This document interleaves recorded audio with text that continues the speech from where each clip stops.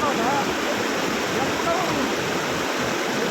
त्या पुलावरून सध्या काबरे एवढं पाणी येते.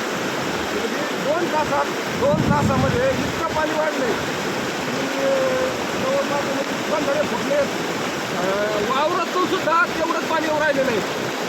सगळीकडून नुसतं पाणी होऊ राहिलं. कारण असं सांगण्यात येऊ राहिलं की वरचे काही तळे फुटलेले आहेत. त्याच्यामुळे हे पाणी एवढं अचानक पाणी आलेलं आहे. पाऊस आम्हाला फार कमी आहे, पण आम्हाला पाऊस नसताना सुद्धा वरून एवढं पाणी आलेलं आहे. तरी नदीकाठच्या लोकांनी परत सतर्क व्हा. मी सर्वांना हा व्हिडिओ बनवण्याचं कारण एवढंच की जेवढे नदीकाठचे लोक आहेत ते अजूनही पाणी वाढणार आहे. म्हणजे हा व्हिडिओ जास्तीत जास्त शेअर करा. का याच्यासाठी करा किंवा ज्या लोकांना हे माहीत नाही पाणी अचानक कशामुळे वाढ राहिले, काय होऊ राहिले, तर 5 दिवस हे बरेचसे छोटे मोठे तळे फुटून राहिले. त्याच्यामुळे पाणी अचानक वाढलेलं आहे. आणि पाणी वाढल्यामुळे बाहेर चालली.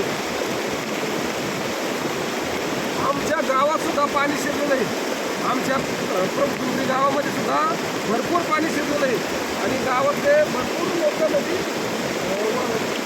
पाण्याचे बाहेर काढण्यात आलेले आहेत. आणि आता हे तुम्ही वावर बघू शकता, हे ऊसामधून सुद्धा पाणी येऊ राहिले. नदीचं पात्र आहे का, हे पाणी आत नाही घेऊन राहिलं, त्याच्यामुळे वावरातून सुद्धा पाणी येऊ राहिलेलं आहे. त्याच्यामुळं नदीच्या काठच्या लोकांना एवढीच विनंती आहे किंवा पावसाचं तुम्ही सुरक्षित जागेवरती हलावा, ही सगळ्याला कळते ती विनंती.